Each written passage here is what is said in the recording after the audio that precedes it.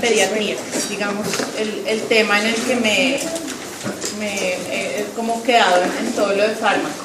Y adicionalmente soy directora de un laboratorio farmacéutico. Esos son mis dos cargos en el momento. Este tema me encanta, quiero que lo vean como de la forma más agradable.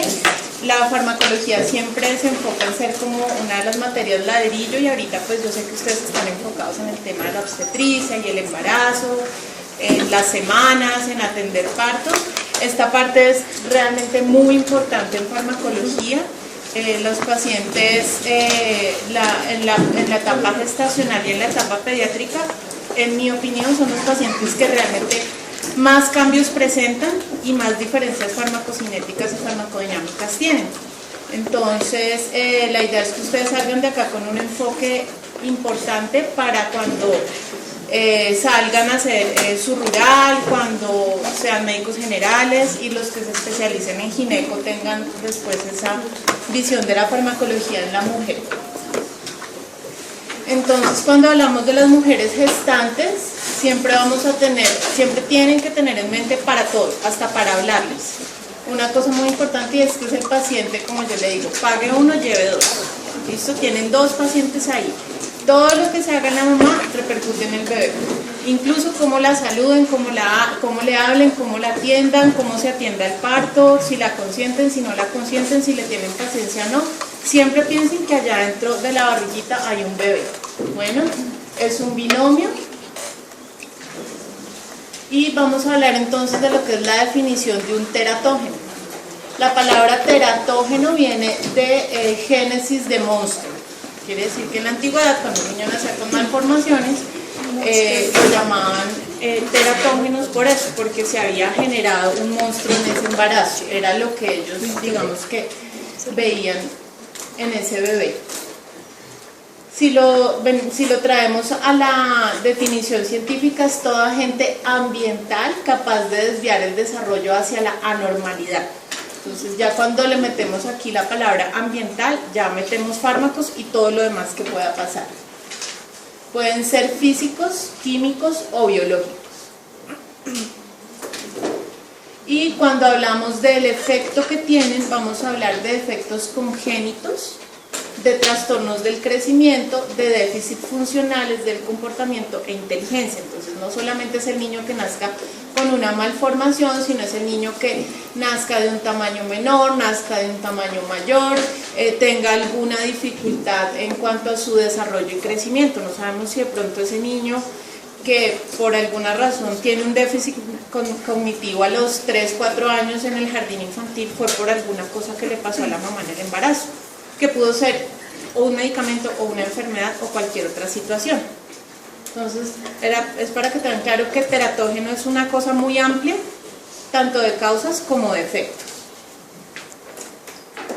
¿Qué podemos tener? Malformaciones anatómicas macroscópicas era lo que, digamos que reunía el término teratógeno hace muchos años. Pero los conceptos actuales lo agrandan a anomalías del desarrollo como restricción del crecimiento intrauterino, alteraciones de la conducta, muertes intrauterinas y cualquier otra deficiencia funcional. Como les decía, los agentes teratogénicos no son solo los medicamentos, podemos tener agentes biológicos, infecciones. Yo creo que ustedes saben ya de muchas infecciones que pueden tener efectos negativos en el crecimiento y la formación de un feto y de un embrión. Agentes físicos como radiaciones y la temperatura, la fiebre se habla que es un teratógeno. Agentes químicos como medicamentos y otras sustancias, o incluso el metabolismo maternal como algunas enfermedades maternas y factores genéticos. Por ejemplo, una mamá con lupus, no por los medicamentos que usa para el lupus, pero por el mismo lupus puede generar algunas deficiencias y algunas enfermedades en los bebés. Por ejemplo, la más descrita en lupus son las arritmias en los bebés. Que la mamá tenía lupus, siempre debe hacerle un monitoreo de electrocardiograma porque pueden tener arritmias por el hecho del lupus, no por los medicamentos. Entonces todos estos son agentes teratógenos y los efectos, la muerte, el retardo del crecimiento o cualquier patrón distintivo de malformación. Pueden ser muy evidentes o pueden manifestarse de forma tardía. ¿Qué antecedente conocen de los teratogénicos? Así, el grande que siempre nombramos, los farmacólogos. La talidomida. Entonces teníamos la talidomida. Hay algunas referencias que nombran 20.000 víctimas en 7 años.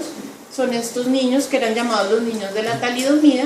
La talidomida era un medicamento que salió hacia los años 50.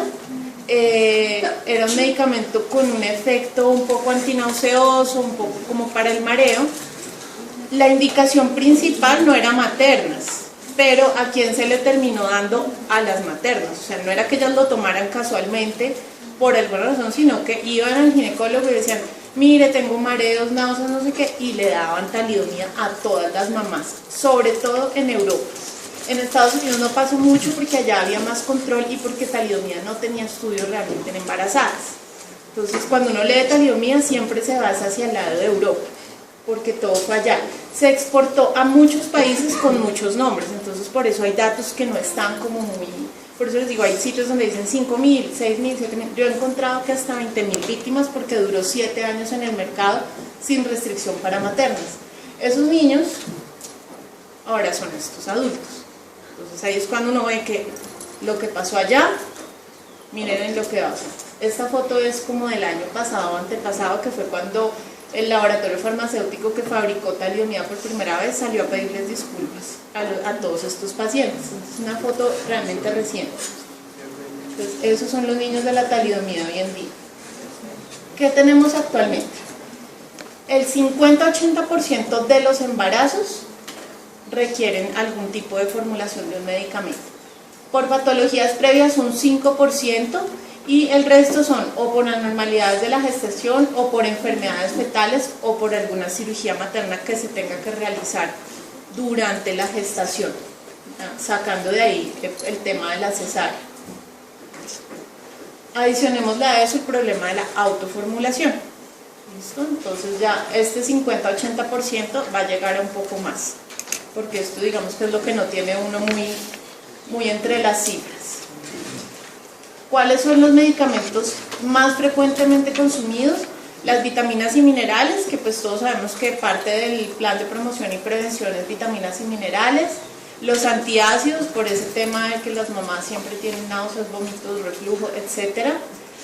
Antihistamínicos, ansiolíticos, diuréticos, analgésicos, antieméticos, antimicrobianos, hipnóticos y corticoides. Esos son los más frecuentes. Yo diría que de ahí pues en primer lugar las vitaminas. Los analgésicos los piden mucho las maternas, lo mismo el antiemético. Los antimicrobianos se usan muchísimo.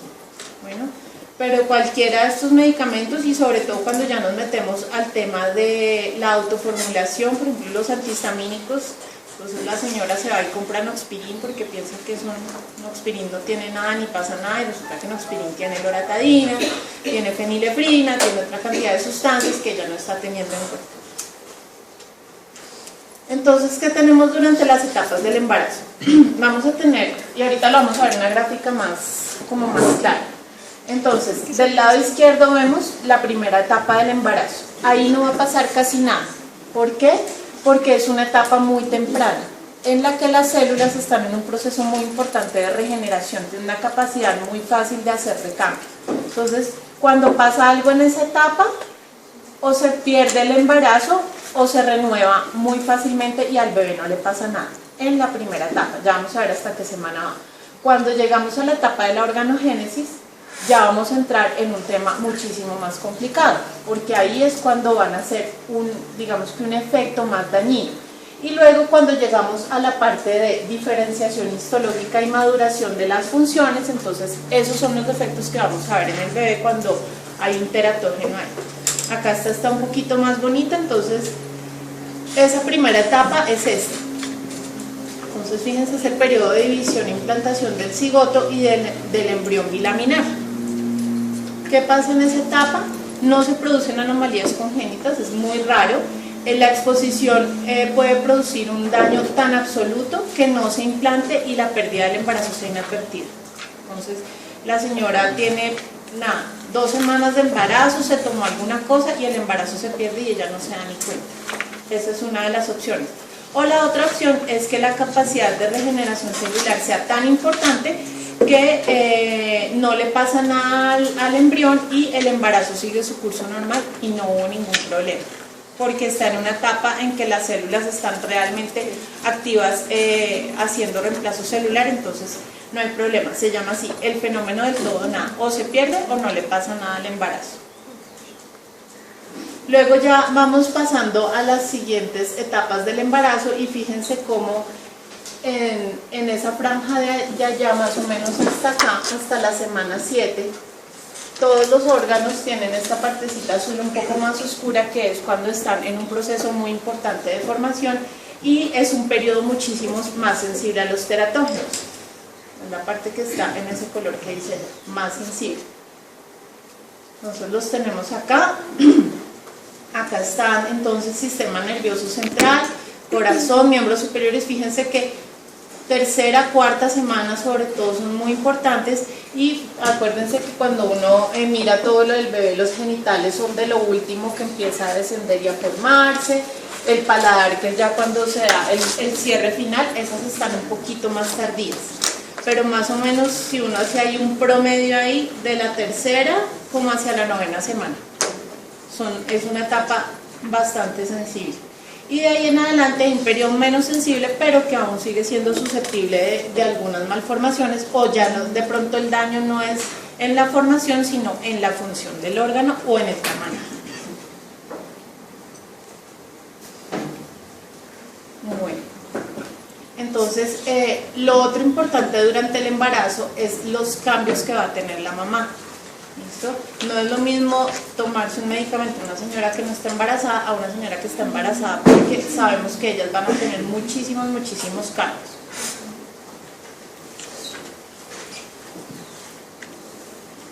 Entonces, siempre tener en cuenta que todos los medicamentos llegan al embrión y al feto, y él también va a tener algunos procesos de farmacocinética y farmacodinamia que tienen características especiales por su inmadurez y situación fisiológica. Eso ya lo vamos a ampliar las dos cosas.